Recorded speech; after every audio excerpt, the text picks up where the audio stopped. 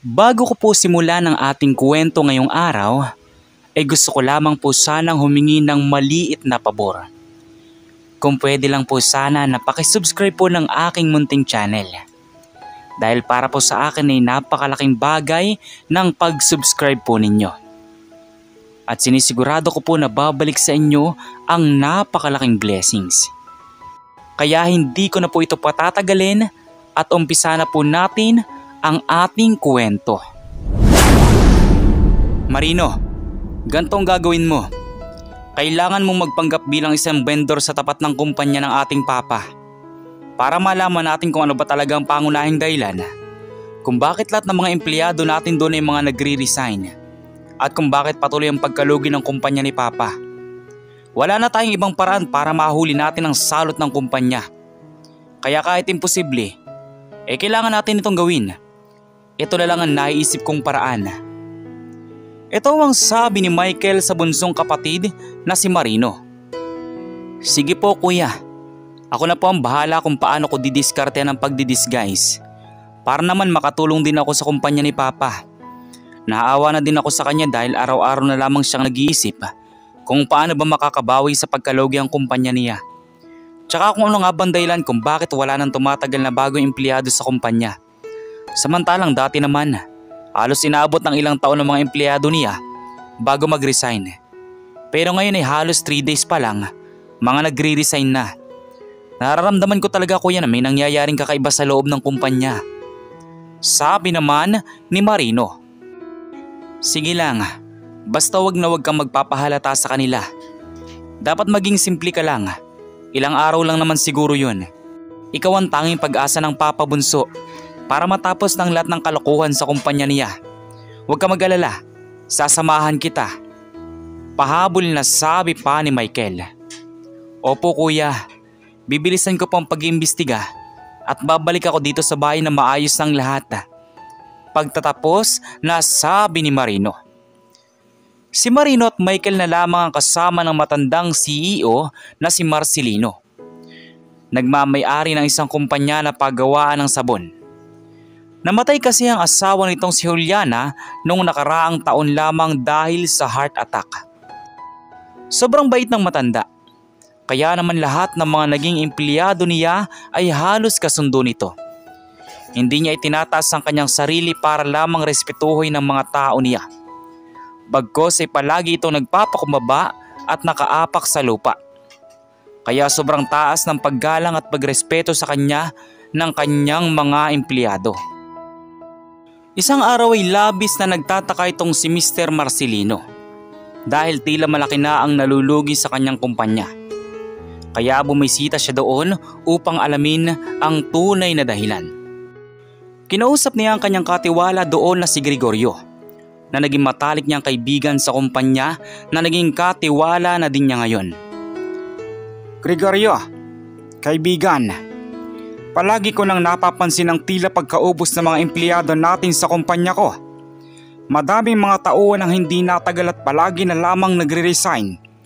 Isa pa, ay palala ng palala ang pagkalugi nito.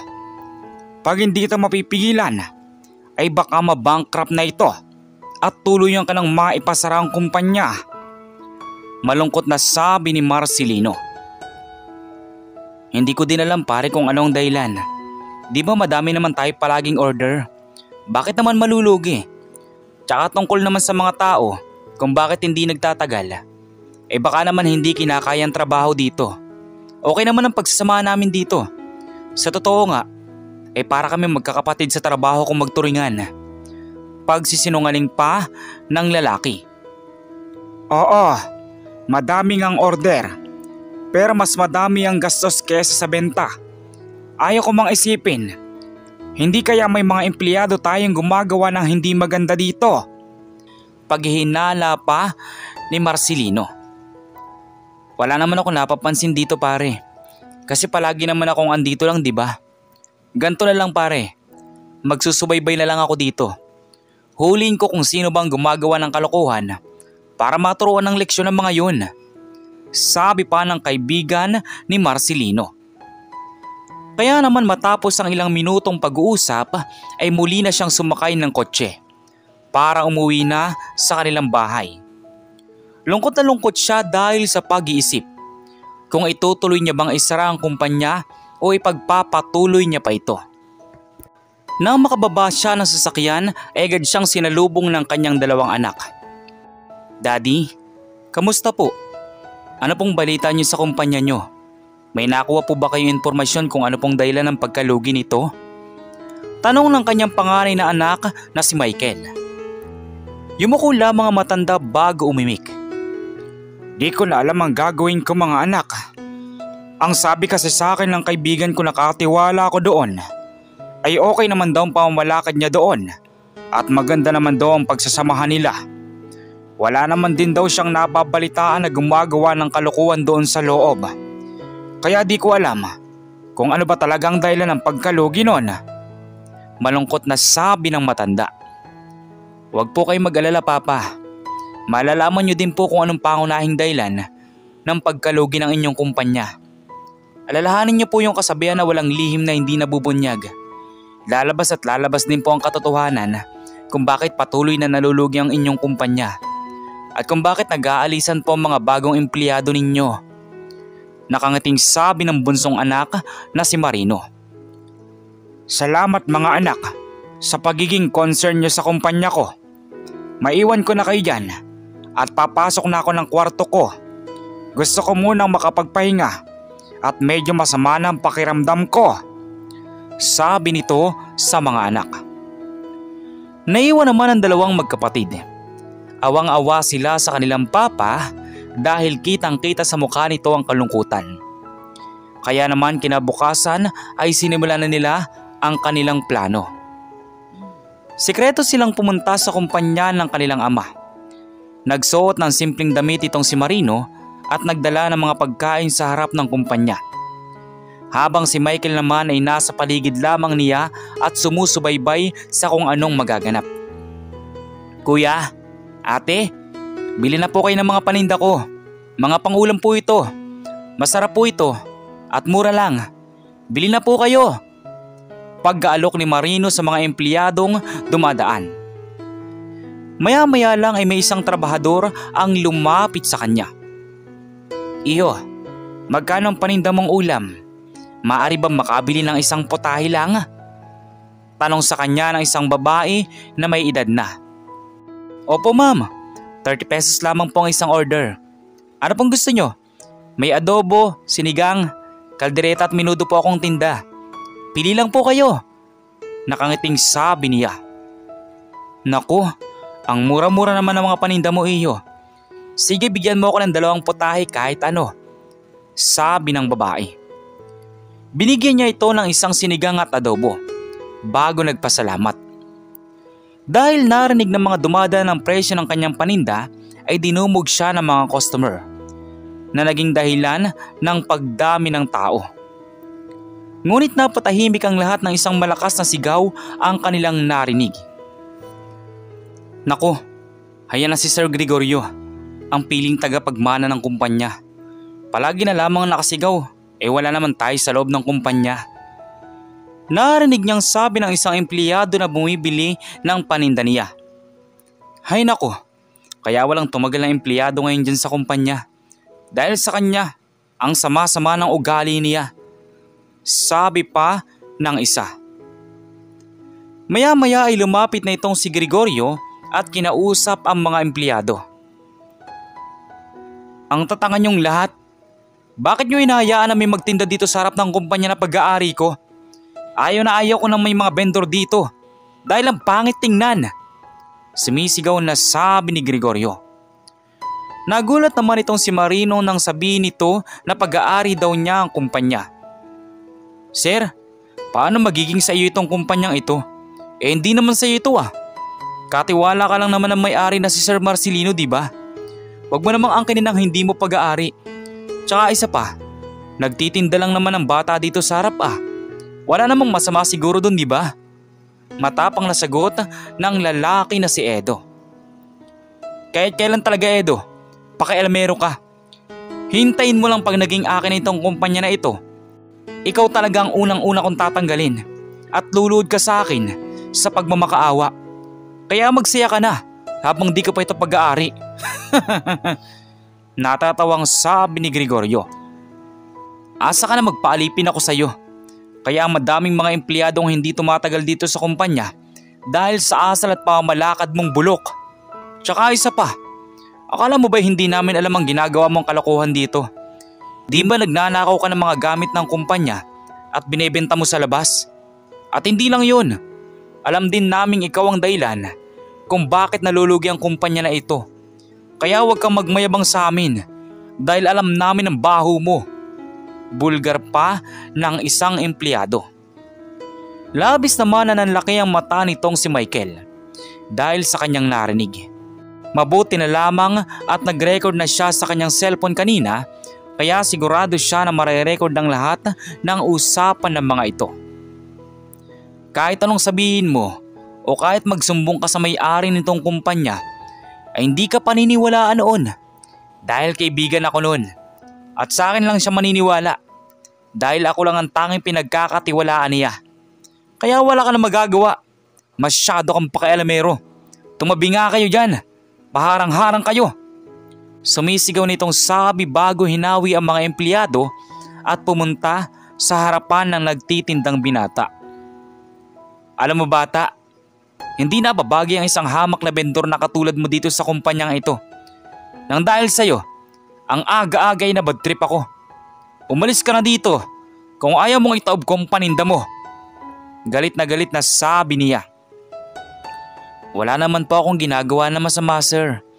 Naghahanap buhay lamang po ako ng marangal dahil kailangan ko po ng pera para sa kapatid kong nag-aaral. Pagsisinungaling niya para hindi paalisin. Ngunit imbis na maawa ay tinaob ng lalaki ang lahat ng kanyang paninda dahil sa labis-labis na galit. Sinasabi ko sa'yo, ayoko na makulit. Alis! Umalis ka dito! Galit na sabi pa nito. Hindi naman napigilan ni Michael ang nakitang ginawa nito sa kanyang bunsong kapatid. Kaya dali-dali siyang tumakbo patungo kay Marino at tinulungan itong makatayo mula sa pagkakatumba. Ang kapal-kapal na mukha mo para gawin sa kapatid ko ito. Tandaan mo, bukas na bukas ay makukulong ka at pagsisisihan mo lahat ng ginawa mong ito sa kapatid ko. Sumisigaw na sabi ni Michael. At sino ka naman? Kapatid ka ba ng hamak na vendor na iyan? Wala akong pakialam sa mga tulad nyo. Mababa lang kayong nilalang sa paningin ko. Itong bagay sa inyong dalawa. Sigaw ni Gregorio bago dinampot ang natirang sabaw ng sinigang sa kaldero na tumapon bago binuhos sa kanilang dalawa. Labis naman ang awa ng mga empleyado sa ginawa sa dalawang binatilyo. Hindi naman sila makaawat dahil baka sila ay madamay at tanggalin sa trabaho. Hindi ko mapapatawad ang ginawa mo sa amin. Pagsisisihan mo ito. Sabay na sabi ng dalawang magkapatid. Maya-maya ay dumukot itong si Michael sa bulsa at tinawagan ang kanyang papa. Papa, pumunta po kayo dito sa inyong kumpanya dahil alam na namin kung sino ang salot at ang dahilan ng pagkalugi ng ating kumpanya. Sabi nito sa kabilang linya. Natawa naman itong si Gregorio dahil sa pagtawag nito. At tumawag ka pa sa papa mo? Sino bang papa mo? Isa din bang vendor na katulad ninyo? Pang-insulto pa nitong sabi. Tumawa ka lang hanggang gusto mo dahil ito na ang huling masasayang araw mo, sabi ng magkapatid. Ilang minuto lang ang lumipas ay nakarinig sila ng malakas na wangwang ng pulis. Tumigil sa harap ng kumpanya mga ito kasama si Marcelino. Labis na nagulat ang lahat dahil ito ang may-ari ng kumpanya. Ngunit mas ikinagulat nila nang lapitan nito ang kaninang mga vendor at tinawag na anak. Anak, anong nangyari sa inyo? Sinong gumawa nito? Galit na sabi ng matanda. Itinuro nilang dalawa ang lalaking kaharap nila. Papa, siya po ang lahat ng gumawa nito sa amin. Ang lalaking itinuring niyong kaibigan at katiwala ng kumpanya. Siya din po ang dahilan ng lahat kung bakit nalulugi ang kumpanya natin. Galit na turo ng magkapatid kay Gregorio. Tatanggi pa sana itong si Gregorio, ngunit napahiya lamang siya nang iparinig ng magkapatid ang audio recorder na narecord nila kanina. Wala naman itong nagawa kundi mapayuko na lamang.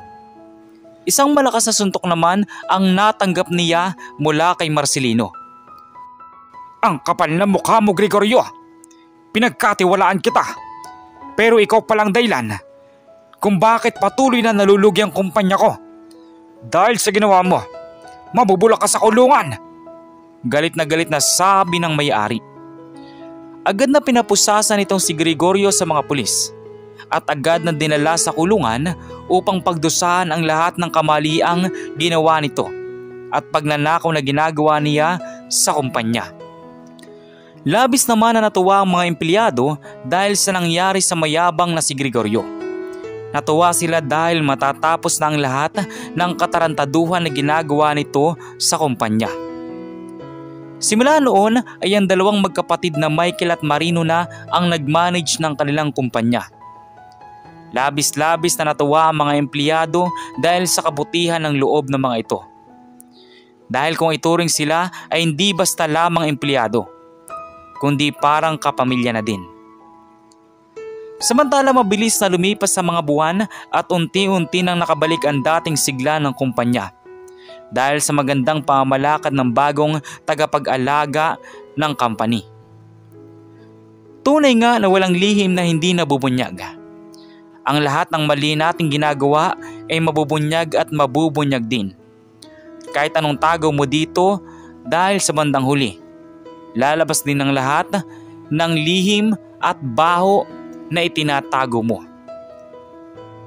Kayo, ano bang masasabi nyo sa maigsing kwento natin ngayon? At kung anong mga aral po ang mga natutunan ninyo? Maaari nyo po bang i-comment dun sa baba dun sa comment section para muli ko pong mabasa? So once again, inuulit ko pong muli. Ako po si Tamoxiski TV. Kita-kita po tayong muli sa mga susunod pa nating maraming mga video. Thank you and God bless you all. Peace out.